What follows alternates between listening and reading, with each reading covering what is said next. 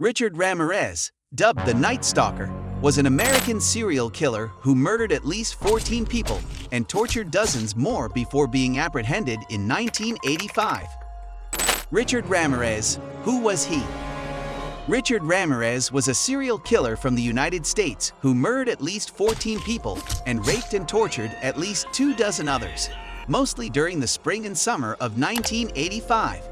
He became a heavy drug user and developed an interest in Satanism after developing epilepsy as a child, which became a calling card for investigators at his crime scenes. Ramirez was apprehended in August 1985 and sentenced to death at the conclusion of his trial in 1989. He spent the rest of his life at California's San Quentin Prison before succumbing to cancer on June 7. Early years. Ricardo Leva Muoz Ramirez was born on February 29, 1960, in El Paso, Texas, as the fifth child of Mexican immigrants Mercedes and Julian Ramirez. Ramirez, also known as Richard or Ricky, reportedly suffered multiple head injuries at a young age. After being knocked unconscious by a swing at the age of 5, he began having epileptic fits. Ramirez was heavily influenced as a teenager by his older cousin, Miguel, who had recently returned from fighting in the Vietnam War. The two smoked marijuana together as Miguel told Ramirez about the torture and mutilation he had inflicted on several Vietnamese women, with photographic evidence to back up his claims. Ramirez was 13 years old when he witnessed his cousin murder his wife. Ramirez dropped out of school in the 9th grade and was arrested for the first time for marijuana possession in 1977. He soon moved to California, where he became addicted to cocaine, committed burglaries, and developed an interest in Satanism. He was arrested for auto theft twice in the Los Angeles area, once in 1981 and again in 1984, and he began to neglect his personal hygiene. Murders as an example. On June 28, 1984, Ramirez's then first known murder occurred. The victim was 79-year-old Jenny Vincow, who was sexually assaulted, stabbed, and killed during a home burglary. A spree of brutal murders, rapes, and robberies ensued, leaving dozens of victims in its wake. Ramirez struck again nearly 9 months later. He attacked Maria Hernandez, who managed to flee, and then killed her roommate, Dale Okazaki, on March 17, 1985. Not satisfied with these assaults, Ramirez shot and killed Tsai Lian Yu the same evening, sparking a media frenzy that dubbed Ramirez the Valley Intruder. On March 27, Ramirez murdered 64-year-old Vincent Zatzara and his 44-year-old wife, Maxine, using an attack style that would become a pattern for the killer. The husband was shot first, followed by a brutal assault and stabbed to death. Ramirez also gouged out Maxine Zatzara's eyes in this case. Ramirez repeated his attack pattern on pensioners William and Lily Doy in May 1985, despite a large-scale police operation yielding no concrete results. His murder rate increased over the next few months, claiming another dozen victims in a frenzy of burglary, assault, and brutal violence, complete with satanic rituals. The Los Angeles Police Department responded by forming a dedicated task force, with the FBI assisting.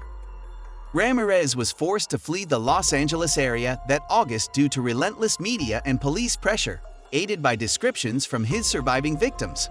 On August 17, he traveled north to San Francisco and murdered 2 more people, Peter and Barbara Pan. Arrest. Ramirez was apprehended shortly after his final night of terror on August 24, 1985. He was first seen outside a Mission Viejo home, where he unintentionally left a footprint, before a witness noted his car and license plate. After Ramirez raped another woman at her home and shot her fiancé, the victim gave a detailed description of her assailant, who forced her to swear her love for Satan, complete with enough of a fingerprint to match, and his criminal record allowed the police to finally identify the Night Stalker. Ramirez was apprehended on August 31 after being badly beaten by East Los Angeles residents while attempting 2 carjackings, thanks to national TV and print media coverage featuring his prison photo, as well as a series of clues from witnesses and survivors. Sentencing, conviction, and trial. Ramirez sat in jail as his trial was repeatedly postponed due to a slew of motions and squabbles between prosecutors and defense attorneys. Because the geographical spread of the crimes complicated the scope of the trial with jurisdictional issues, some of the charges against Ramirez were dropped to shorten what was becoming a lengthy journey to justice. The jury selection process was finally completed on July 22, 1988, and the trial began the following January. During this time, Ramirez gathered a cult-like following of followers, many of whom were dressed in black as Satan worshippers.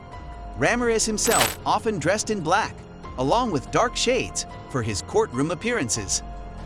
On August 14, 1989, one of the jurors was found murdered, but rumors that Ramirez had orchestrated her death were unfounded. On September 20, 1989, the jury returned an unanimous guilty verdict on all 43 charges, including 13 counts of murder, 5 counts of attempted murder, 11 counts of sexual assault, and 14 counts of burglary. The same jury recommended the death penalty on 19 counts 2 weeks later. Ramirez responded as he exited the courtroom. "What's the big deal? Death comes with the territory. I'll see you at Disney World." On November 7, 1989, the convicted murderer was sentenced to death by gas chamber and was sent to San Quentin Prison in California for the rest of his life. Last year's wife and death. Ramirez married one of his supporters, 41-year-old Doreen Leoy, while incarcerated in 1996. His long-awaited appeal was finally heard by the California State Supreme Court in 2006, but it was denied. Ramirez was eventually linked to more heinous crimes.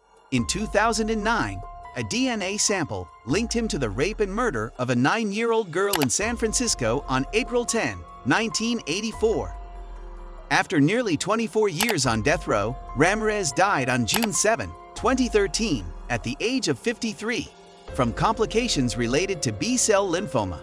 According to San Quentin corrections officers, Ramirez's death came shortly after he was taken to Marin General Hospital in Green Bay, California.